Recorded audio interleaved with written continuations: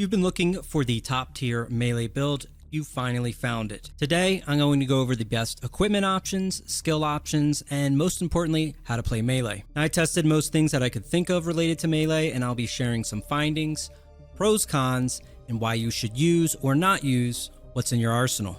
Now, Dune Awakening doesn't do a great job of explaining things, so I'm going to start there with some of the basics of melee. Melee's got some real good pros. For example, the Holtzman Shield is our main defense system. The reason we like to melee is we can absorb darts. When we're shooting a gun, our shields are down and we're just taking damage. This is great in later game when you're fighting pretty difficult mobs. You'll take a lot of damage. If you use melee, you won't take as much damage. Another great thing is that the melee passive and active skills are very effective. In fact, I believe they're much better than the ranged options. This allows us to scale up some pretty significant damage. Additionally, it's very effective in PvP. It's very straightforward. PvP is largely about stamina management, and if your stamina's out, melee kills you. So it's very easy to close kills with melee, and I'll explain a couple of those combos today as well. The real cons for melee is positioning and just running out of stamina, and that's why we're going to start with a little bit of the basics to know what you need to achieve and how to avoid taking dumb deaths. First up, we pretty much have 4 types of attacks. We have our standard light attacks. We can come in with a lunge attack, which is just sprinting into a light attack. We have our heavy attack, and then we have our our slow blade attack. Now, I put some loose numbers on screen, and the exact numbers don't really matter, but what does matter is how much harder the slow blades hit. The whole point of melee is really to put in slow blade attacks, which we use on melees, heavies, and if we're doing any PvP. The only thing that we're really using lights and heavies for damage-wise is just the rifle type mobs. So let's focus on that everything else category, which is basically anything with a Holtzman shield. Now, as you probably know, if you have a Holtzman shield up, you're safe from any damage until you're either staggered, stunned, or your poise is broken, which is essentially staggered. I'll explain that. By default, you can pretty much take 3 attacks, and then your poise is broken. That's the default. This number, of course, can be increased. There's a few ways to do it. Prana Bindu Stability is one of them. That increases by 20%. We have Litany Against Fear. There is a passive technique when you're low on health, Thrive on Danger, which is a lot of poise resist. And then just a flat one, which is kind of not much at all here, Solid Stance. These can all increase your poise up to, I believe, about 6 attacks. The thing is, poise kind of goes up and down. It's not always just 3 attacks that will break your poise. This is sort of a moving number in a fight. The key is really to just look when someone goes off bounce. Once they're off bounce, then you can slow blade attack. Now, if someone has some poise resistance, it might be 4 attacks to break, maybe even 5 attacks to break. So it's important to keep an eye on them. What is 100% reliable is skills. So something like Flying Knee is going to stagger. A Shigiwire pull is going to stagger them as well. We also have different stun skills like the Mentat Stunner skill, which just actually puts a longer term stun on me. All these things can of course be broken. You can CC break or whatever by doing a dash. The last legitimate way that we are staggering people is with parries, which is how we're going to fight other melees and how we're going to fight players. So what's important in everything I just said is generally we're going to hit people 3 times until they're staggered, and then we can slow blade attack. If you sit there and just keep meleeing them, you're wasting your stamina, and there's no real point. It costs 5 stamina per swing, and a lot of fights just come down to stam management. And the other takeaway is using skills into slow blades. This is pretty much your objective as a melee. You're either poking 3 times and then following up with a slow blade, or we're using a skill and following up with a slow blade. Unless we're killing out ranged rifle trash mobs, that's what you want to do to really optimize your damage. And you don't want to be sprinting around. That's going to bring us to our next section. Stamina management is probably the toughest part of playing melee. You have to keep an eye on your bar, and you probably have to break some habits. I certainly did. I like to sprint around a lot, and it stopped my regen. The reality is everything in this game stops your regen. If you are attacking, if you are sprinting, if you're jumping, if you are shooting, if you are being shot, if you're being stabbed, anything really other than just walking, you can bandage yourself and regen. There's very few things you can do other than just idly walk and kind of pace in combat. Now, as a melee, you have to move around the room a lot too, which is why we're going to be using the Suspensor Dash skill quite a bit to move around. Rather than sprint from target to target, I will do a little dash in and I can immediately start attacking. Now this skill is being changed on the PTS. It's going to cost 20% of your power instead of a flat amount. So it's actually going to be more costly endgame doing this dash. But I've tried it out on the PTS. It is still absolutely worth doing. Again, combat is a big stamina management game. PvP, but also for PvE as well. So to improve your stamina management, work on breaking bad habits. Make sure you're not sprinting and doing unnecessary stuff in between doing combos. Let your stamina regenerate as much as possible. Number 2, don't attack unnecessarily. Try to do 3 attacks into a slow blade attack. Number 3, never dash unnecessarily.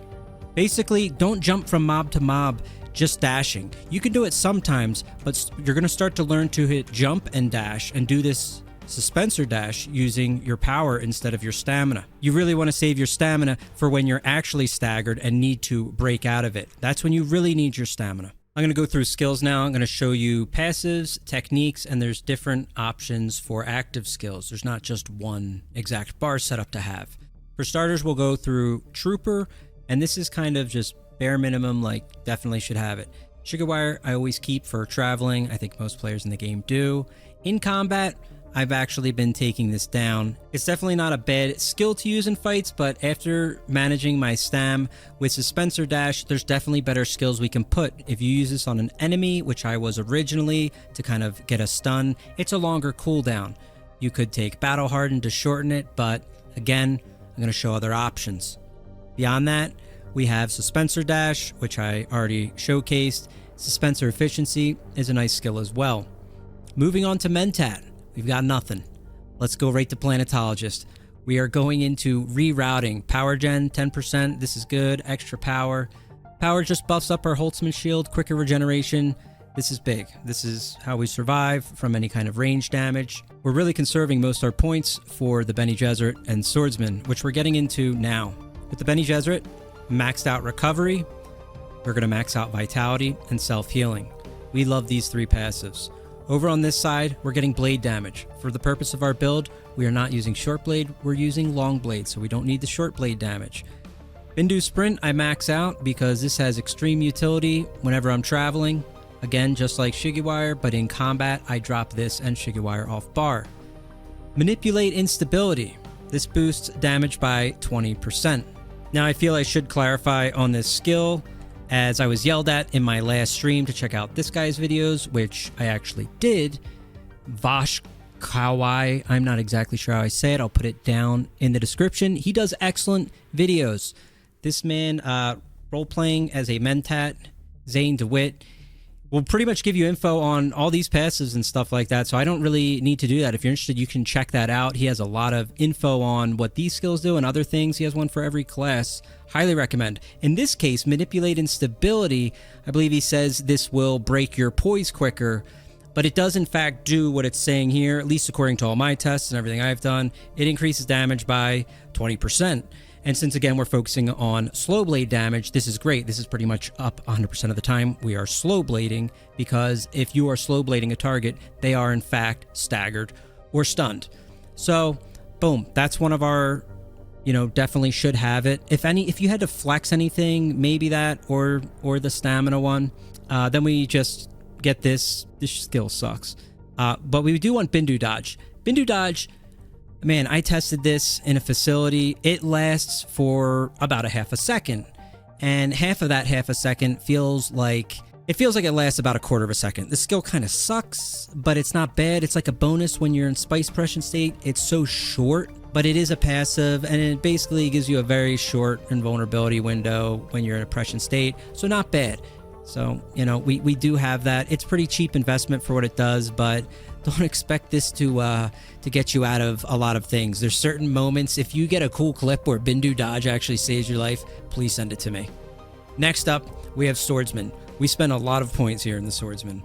All right, let's start over here. We have blade damage. We have Retaliate, which I do love. We have long blade damage. We have Eye of the Storm, which we maxed out, and Precise Parry, which we max out. Again, this is a passive. Again, impression state. This is minus 20% damage mitigation, which is actually a big buff.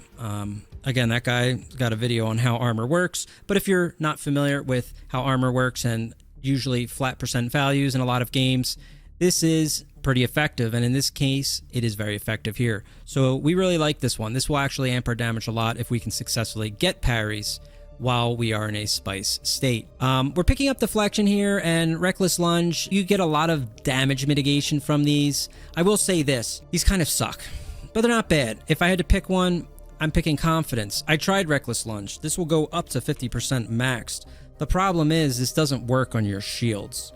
So if I do a Reckless Lunge, I'd get the buff. It lasts a good amount of time, but the only time it technically will work is when your shield's down. If you're in combat and your Holtzman shield's down, your ass is running for your life. You're line of sighting and you're waiting for your shield to come back up, because we're going to be running light armor. We're not that tanky. We are chilling. We are not recklessly lunging when our shield is down. So as a result, this doesn't ever really come into effect. You're running for cover at this point. It's never really going to be up unless you got your shield blasted the moment you lunged, at which point you made a misstep already. Now Confidence is a little different. Confidence is happening a lot whenever we're heavy attacking or doing slow blades. This is kind of the same thing here, but our shield might actually get knocked off while we're doing it. It's not bad. It's a bonus. It's not that important to get. It's one of the lesser of important ones. Solid Stance might even be better, or bleeds we're not really going to run into because retaliates 100%, and most of our bleed options don't really exist. Alternatively, the only other passive I think I would go towards instead of that is maybe Poison Tolerance. But anyway, let's just move on for now. Knee Charge, we are going to max out. As we max this, we lower the cooldown, we up the damage. We like this. Optimized Hydration, we're maxing this along with our max stam passive and field medicine. We like all this stuff. Disciplined breathing is our last technique that we're taking. This is stamina recovery rate. This is going to increase how quickly our stamina recovers. We like this. Stamina is everything. When we are melee master, you are mastering your melee. It's a big part of this all. Prescient Strike is another prescient passive. This one's a little interesting. I tested this in a facility quite a few times as well, along with the other passives. It works. Basically, this thing doesn't pick up any buffs and such. It goes off a passive value, which is unfortunate because you have different buff options as a melee user. It's part of what I love about melee. For example, like Dance of Blades is a buff. Inspiration is a buff. And these things will, dramatically increase your damage. We are not getting those bonuses on Prescient Strike. Prescient Strike, basically, if I do a skill and then I follow up, say, with a slow blade attack, which hits really hard, you would think it hits twice. It does not. It hits clean, and then it does some flat damage bonus based off your weapon damage. So it's definitely nice. We love extra damage. It's great to have, but it's not double damage. Just to be clear, in case you're wondering how good this is, it's good, it's nice. There's nothing like this in the range category, so this is part of where the passive skills in the melee department are very nice. Lastly, we have Crippling Strike, which is easy to keep and slot in, and these active skills I'm going to go through with you next. And then we have Inspiration, which is super nice. This one is actually a double dipper, okay, because it boosts blade damage by 35%, but just kidding, it's actually like 70%. It buffs you, and then there's an AoE buff that buffs your group, but that buff will stack on top. So right now that's double dipping. It's still double dipping post patch. I would run this even after the fact. I would still run this for PvE at least. In PvP, you don't have to run Inspiration. However, there are instances right now while it's double dipping where you could. So let's take a look at that. Before we look at those, I was just editing that last tangent, and I wanted to add a couple things I forgot. Knee Charge, part of what I hated and was frustrated about is Knee Charge didn't work with Prescient Strike. That is, I did a flying knee into a mob and I do a slow blade attack. Prescient Strike is basically a buff that will apply after you use a skill, and it gives you like 2 or 3 seconds to do something and Prescient Strike will hit. That shit did not work with Knee Charge. It was a pain in the ass. If I used Retaliate, it worked. If I used Eye of the Storm, it worked, or Crippling Strike. But Knee Charge, for whatever reason, is kind of goofy, probably because it has a channel and it does probably some conditional checks, so it wasn't working. Secondly, Dance of Blades, not a bad PvE skill. I kind of hate it, but for PvE, you don't necessarily need all these things. You could jump your damage a little more, maybe drop Disciplined Breathing if you want. If you're like pure PvE only and you really want to push the damage, it's not bad. It only lasts 10 seconds as it goes up, and it gets up to 20% extra damage. Your blade will glow green. What sucks about it, and what I hope they fix, is that if you kill a mob, it buffs for 10 seconds, and let's say you run over and you kill something else 8 seconds later, and you only have 2 seconds left on your buff, it doesn't refresh. It totally should. I want to be a Swordmaster in a room just cut loose and slaying. Alright, for skill options. So Suspensor Dash, Manipulate Instability, Discipline Breathing. Roll with these 3. I think you'll be quite happy with it. I'm going to run through the active skills and kind of showcase some things about them right now. Let's start with the fact that Inspiration again is double dipping and what that opens up. Now, the common thing I've seen from a lot of melee players is using Crippling Strike in conjunction with 2 different CCs. For example, if I wanted, I could use Flying Knee, maybe Shigawire, and basically I'm going to Crippling Strike them. I'll follow this up with a heavy attack, which is going to force him to dodge using some stamina, at which point I would stun him, come in for another heavy attack, he would again dodge, and now he's kind of boned on stamina, and I'm going to pull him again and try to finish him. This is a very direct and easy, straightforward combo as far as PvP goes. It's a little toxic. Part of the problem right now is that Crippling Strike's a bit overperformant. Doing some quick math on my end, dodging or dashing costs 30 stamina, but when you're hit with Crippling Strike, it should double it and cost 60, but it's actually costing more than that. It's costing upwards of 68 or something, and then 74 on the second dodge.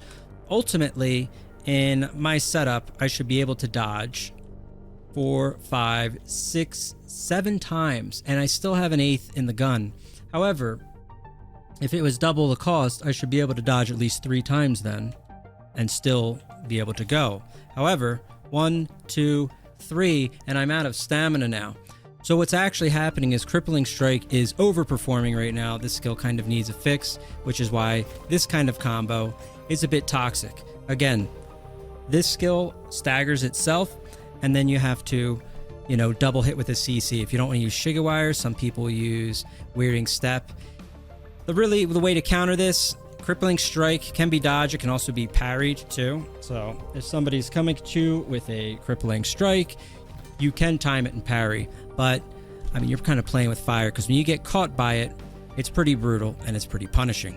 So maybe our human Mentat friend can take a look at that formula and figure out what is wrong with Crippling Strike. But that's kind of Crippling Strike for you in a nutshell. It's very effective in PvE too, because it's still staggering mobs.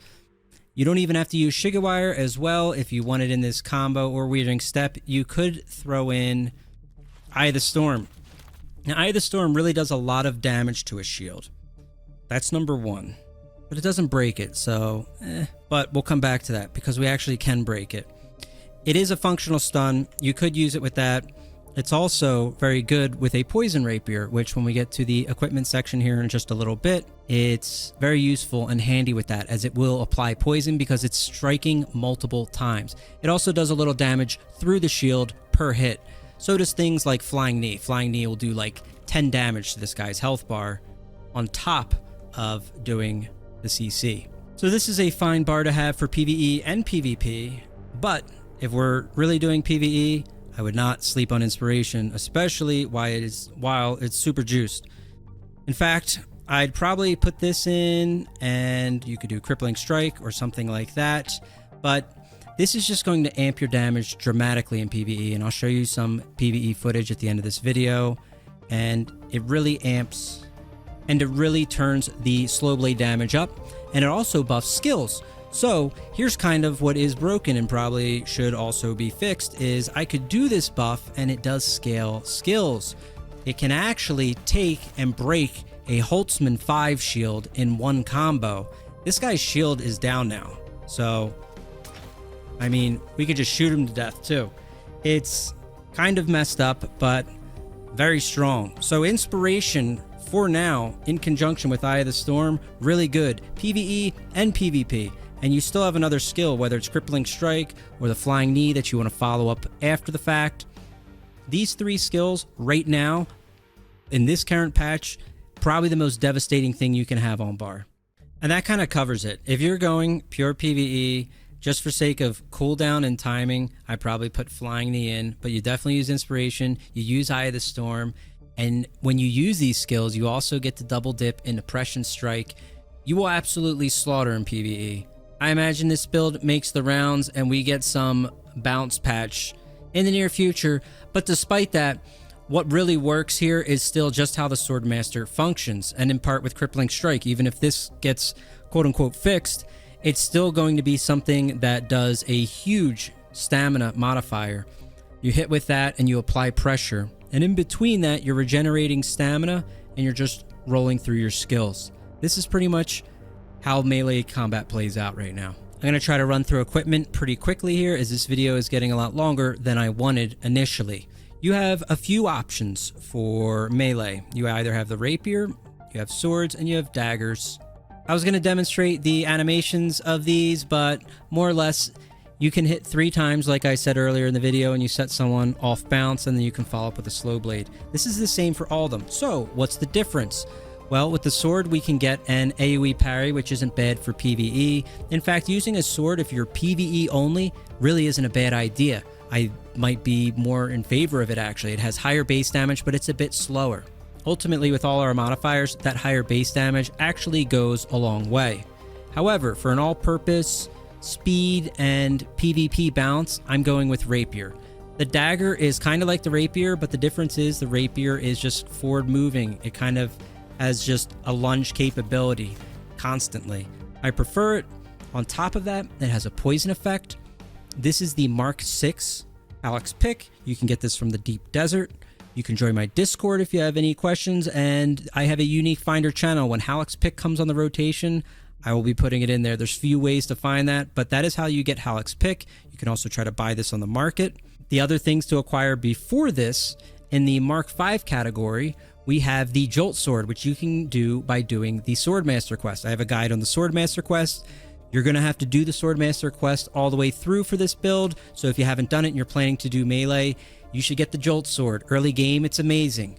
There is also a Mark 5 Rapier. If you want that bounced Rapier option, you can buy this from Arakeen. You have to fly there, go to the weapons trader. He will sell you a Mark 5 Rapier that is just like this weapon. It's just the Mark 5 version, not the Mark 6. That can hold you over until you're able to get one of these. This weapon is super impressive. If you have to get anything on your build that is Mark 6, this is the most important thing, is weapon. Moving on, I still keep an Adept Disruptor pistol. I have Mark 6s of it too, but I'm using this less and less. I have the triple shot, again, finding myself using range almost never. The only thing that I really would suggest maybe is flipping in potential range options through your shotguns. Now, the drill shot can be used to apply pressure on people at range. This is going to force them to roll dodge that off, and you're using stamina. Now we're in a stamina battle. One other thing that I feel terrible saying, but this should probably be patched too, is you can just stagger people with a shotgun. So I could just stagger this guy and come in for a heavy attack.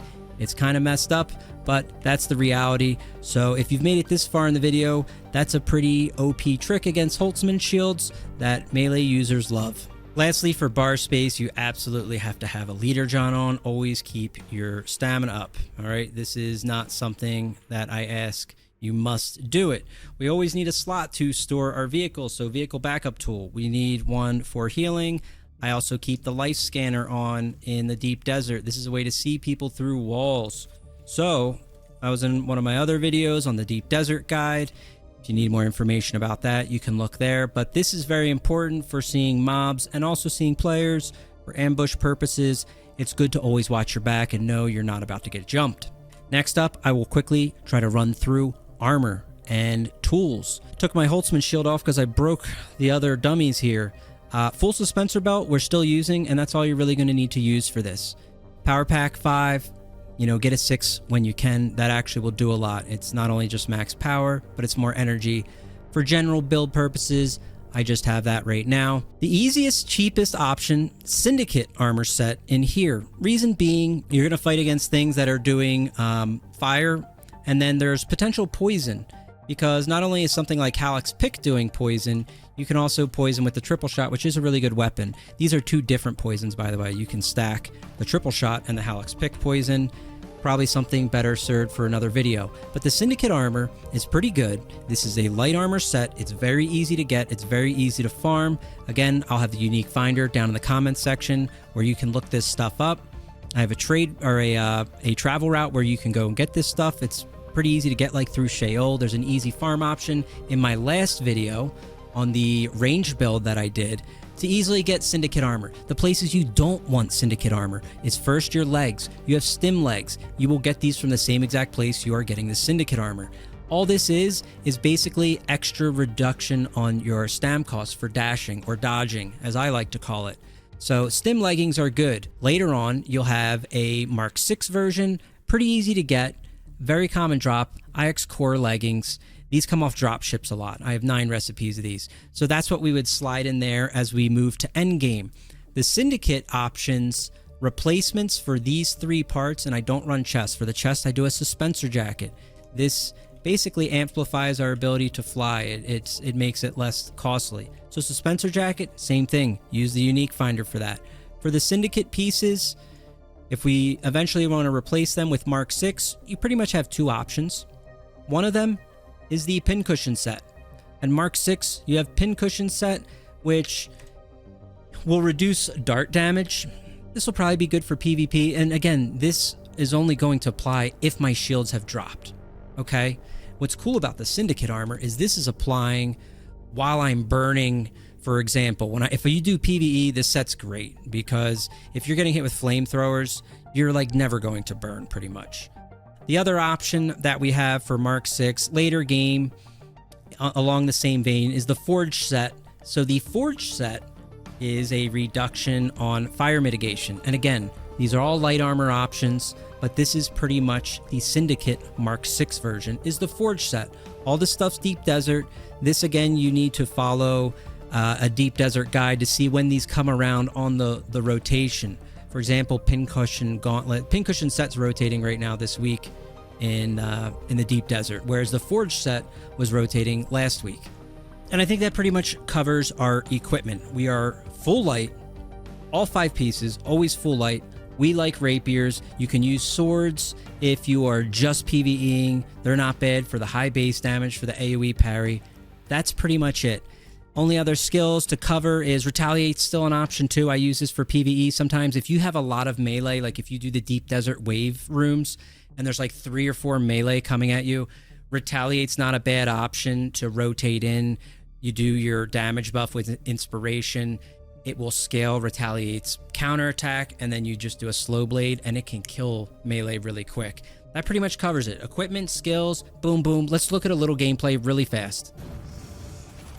So here's some gameplay of me using this build. Last stream, I was with a group. We're doing waves in the Deep Desert. So this is pretty much endgame PvE. Just trying to pull some clips to show some general movement. For example, there you can see the suspensor dash, and you see my stamina is full right now. We try to always keep that topped off and full before we ever re-engage. And whenever I move, you see the little air dash. Again, you don't always have to do it. Sometimes you can walk a little and mix in the dash. Right now, while the dash is cheaper, you can dash a lot more. But after the change, when it's more expensive, just manage your stamina and you manage your shield. That is largely what you're looking at here. Right there, we're stammed out. So we step back, we regenerate, and we move in. Crippling Strike's AoE, very good skill. I would probably do Crippling Strike, Inspiration, and Eye of the Storm if I went back and had to do this again after testing various things out. But ultimately in PvE, my suggestion is you line of sight, you drag in the melee, you parry and kill them, you take them out. Secondly, you're dealing with the ranged guys that don't have shields, and you deal with the heavies last. And the heavies aren't bad, even if they stack and there's like 3 or 4 of them, they can't shoot through each other is another thing. So you can always kind of line them up, and if you hit them straight on when they're lined up, it's not too big of a deal. I apologize this video is as long as it was. I had a lot of things to try out. This video took me longer to finally finish and publish as well, because there was a lot to test out. There was a lot to figure out in the game. But I feel I have kind of wrapped my head around everything in the Melee world. There will be changes. There are some really juiced things that I did show in this video. So if you watch the whole thing, you can go out there and tear some ass either way. You'll still be prepared no matter what changes they really make after the fact. If I need to make updates, I'll do so. I will also pin anything if I missed it in the top of the comments or add it into the descriptions. As always, I request, please like, comment, feel free to share this video, and please subscribe to the channel if you enjoy this content. I appreciate you guys taking the time to watch. I hope this helps you in becoming a melee god out there in Dune Awakening. I will see you next time on the next video.